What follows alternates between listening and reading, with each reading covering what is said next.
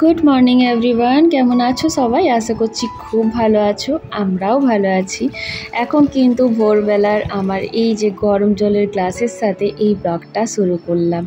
এখন এই যে গরম জলটা ছেলে করে রেখেছে, তাতে একটু ঠান্ডা জল মিশিয়ে নিই। হ্যাঁ, ছেলেই আমার জন্য গরম জলটা করে রাখি। ওই যে ওর গ্লাস নামানো আছে, খাওয়া হয়ে গেছে। আর দেখো, চান টান করে ওর পুজোও করা শুরু হয়ে গেছে।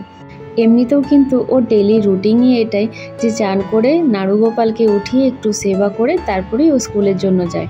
আর সোমবার একটু শিব ঠাকুরের মাথায় জল ঢেলে দিয়ে যায়।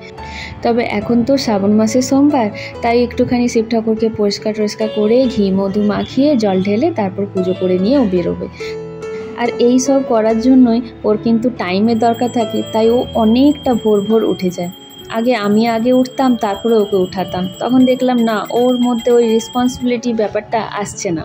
তারপরে আমি ওটা করলাম কি, যে আগে তুমি ওঠো, কারণ এই কাজটা তোমার জন্য ইম্পর্টেন্ট। স্কুল তোমাকে যেতে হবে, আমি তো তোমাকে পৌঁছাতে যাব। আসলে কি বলতো, হাতে ধরে করে দেওয়াটা অনেকটা ইজি, আর শেখানোটা অনেকটা টাফ।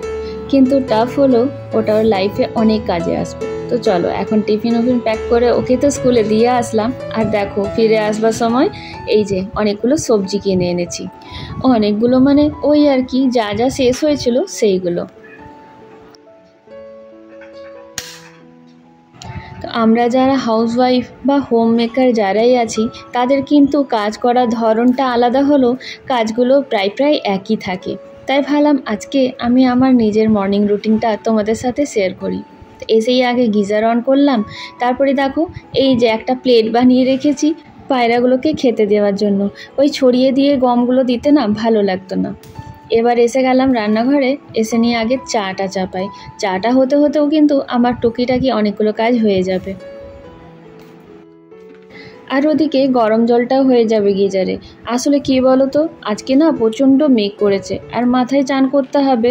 তো এখন সকাল সকাল প্রচণ্ড ঠান্ডা জলটা আসে, তাই যদি ঠান্ডা লেগে যায়, তাই জন্য একটুখানি গরম জল হলে ভালোই হয়। খুব একটা গরম জল নেবো না, তবু ওই কনকনে ভাবটা কেটে গেলেই ভালো।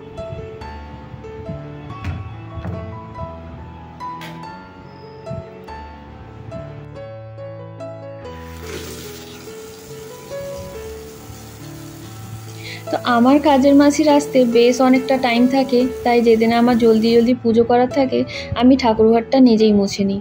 আর এক দুবার দেখো ডেটল দিয়ে মুছি, কারণ বাড়িতে একটা পায়রা আছে, তো যতই হোক সে তো আর মানুষের মতন বুদ্ধি রাখে না, তাই গোটা বাড়িতেই পটি করে বেড়ায়। তখন আমাদেরকে তো সেটা পরিষ্কার করতে হবে। আর এটা তো নিশ্চয়ই সবাই জানো, পায়রা থেকে একটু অ্যালার্জিটা বাড়ে। আর আমরা তো দুজনেই মা ছেলে অ্যালার্জির রুগী, তাই জন্য একটু আধটু বাড়িটাকে নিজেরাই পরিষ্কার করে নিই। মানে এই ডেটল দিয়ে মুছে দিলে কি হয়, ফ্লোরটা একটু বেশি হাইজিনিক হয়ে যায়। আর মাসিকে তো আমি লাইজল দিই মুছবার জন্য, তখন মাসি লাইজল দিয়ে মুছে। আমি তবে বেশিরভাগ রাত্রেবেলায় যখন ঘরটা মুছি, তখন একটুখানি শ্যাম্পু দিয়ে মুছি। দেখবে যে কোনো শ্যাম্পু দিয়ে যদি ফ্লোরটা মোছা হয়, দারুণ গ্লেজ করে।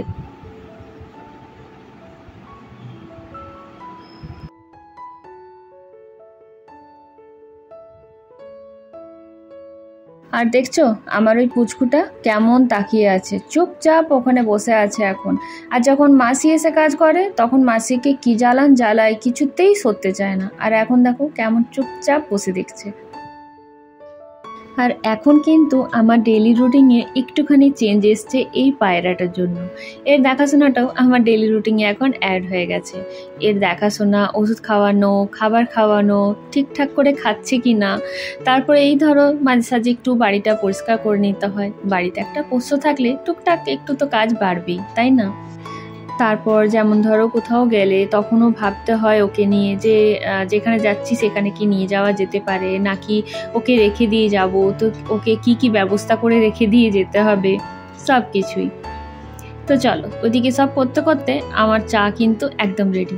না, এবার চাটা খেয়ে নিয়ে আগে বসে, তারপরে বাকি কাজ দেখা যাবে।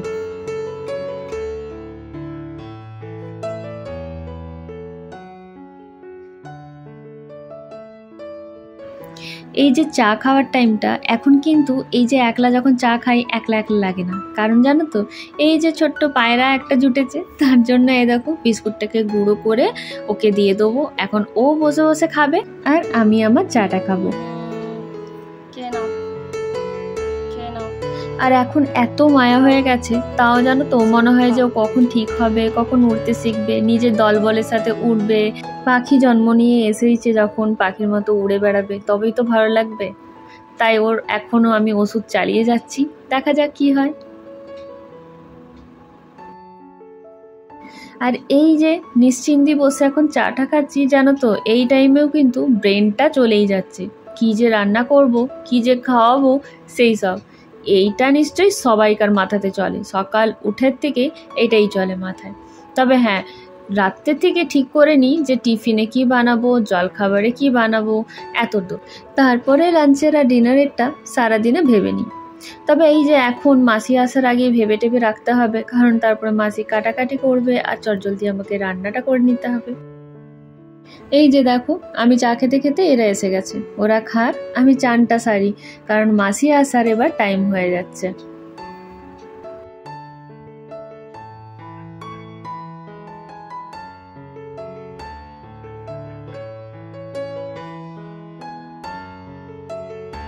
আর আজকে যেহেতু সোমবার, তাই ভেবে রেখেছি আজকে গ্রিন কালারের একটা টপ পরবো।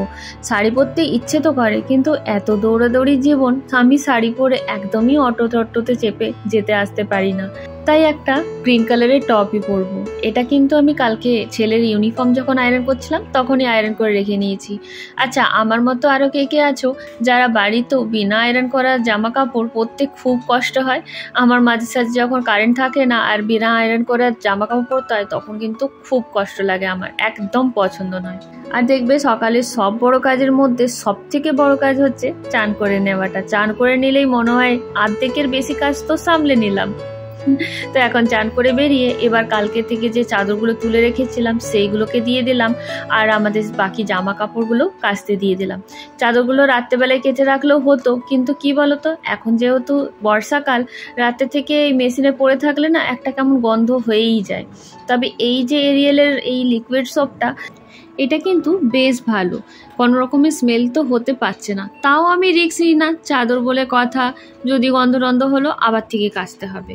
তাছাড়া আমি একটুখানি কমফর্ট ইউজ করি, আর সেটা কিন্তু যখন একবার ওয়াশ করে সাবানটা ফেলে দেবে মেশিন জলটা, তারপর এই সাবানটা ওয়াশ করার জন্য মেশিনে আবার যে জলটা নেবে সেটাতে কমফর্টার দিলে খুব ভালো ফ্রেগরেন্সটা থাকে। আর ওই জন্য আমি রাত্রেবেলাতে আর কাচতে দিইনি, কারণ রাত্রেবেলাতে আবার উঠে কে কমফর্ট দেবে। আর আজকে লাঞ্চে ছোলার ডাল হবে, তাই ছোলার ডালটা আর চালটা ভিজিয়ে দিলাম, তারপরে যাব পুজো করতে, ততক্ষণ একটু ভিজে যাবে। ছোলার ডাল একটু ভিজিয়ে রাখলে ভালো হয়।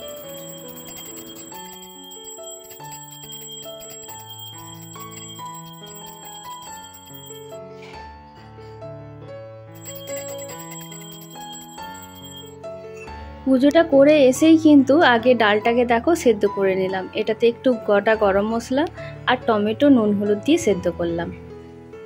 তা করতে করতে দেখো ছেলে এসে গেছে।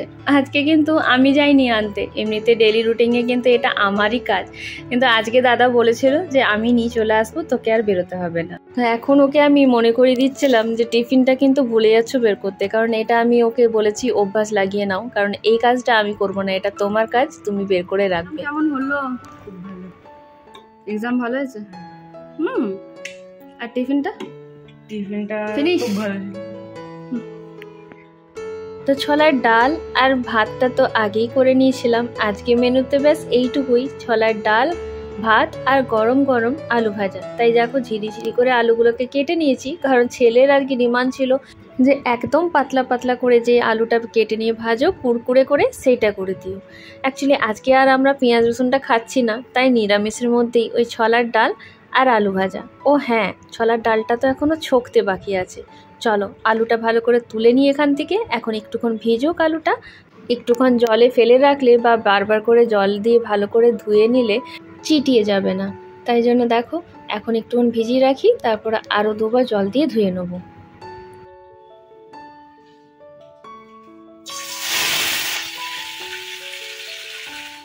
এবার একদিকে আলুটাকে বসিয়ে দিলাম ভাজতে, আর একদিকে ছোলার ডালটাকে ছকে নেব। তো দেখো এই যে সরষের তেল দিয়ে দিয়েছি, এবার এটাতে একটুখানি শুকনো লঙ্কা আর একটুখানি গোটা জিরে দিয়ে দিয়েছি, আর এখানে দেখো একটা কাঁচা লঙ্কা, আজকেই বাজার থেকে সেগুলো আনলাম, সেগুলোই নিলাম ট্রাই করার জন্য, আর একটুখানি আদা গ্রেট করে নিয়েছি।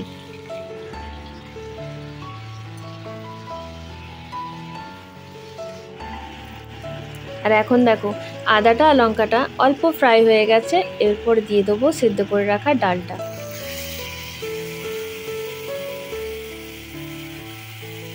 এটাতে একটু নারকেল থাকলে খুবই ভালো লাগতো, কিন্তু আফসোস আমার কাছে তো এখন নারকেল নেই, তাই এইরকমই খেতে হবে।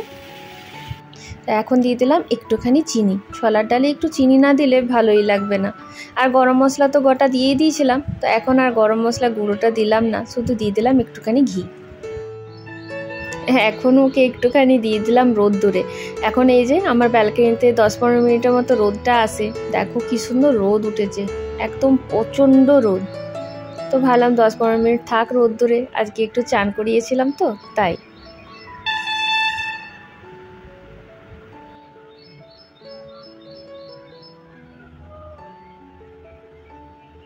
আমার কিন্তু সারাটা দিন এইসব টুকিটাকি কাজ নিয়ে বেশ ভালোই পেরিয়ে যায়।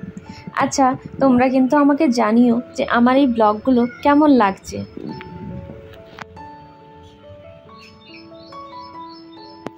তো এবার লাগিয়ে দিলাম খাবারটা। এই হলো মেনু, সিম্পল ভাত, কুরকুরে করে আলু ভাজা, আর লেবু না হলে তো আমার ছেলের হয়ই না, তাই জন্য এক পিস লেবু দিয়ে দিলাম। আর এই যে গরম গরম ছোলার ডাল। ভাত দিয়ে কিন্তু মাঝে সাঝে এই নিরামিষ ছোলার ডালটা খুবই ভালো লাগে। এটা কার কার পছন্দ নিশ্চয়ই করে জানিও। আজকের ভিডিওটা বেসিক্যালি আমার মর্নিং রুটিনের উপরেই ছিল, কি কাজ কিভাবে করি সেইগুলোই। কেমন লাগলো নিশ্চয়ই জানিও। এই ব্লগটা এখানেই শেষ করছি, দেখা হবে নতুন ব্লগে। সবাই সুস্থ থেকো, ভালো থেকো, বাই বাই।